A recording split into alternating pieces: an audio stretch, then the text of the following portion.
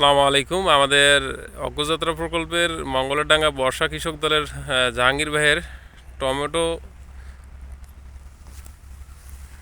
চারা লাগাইছে,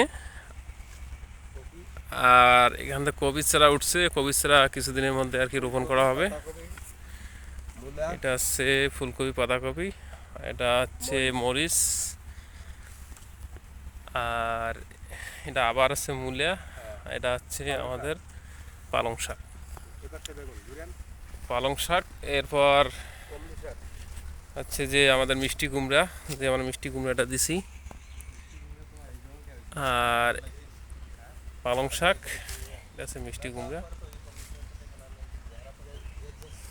আমাদের জাহাঙ্গীর ভাই, আপনার আমাদের যে বীজগুলো দিছে এটা কীরকম হয়েছে বলেন তো? ভালো হয়েছে না?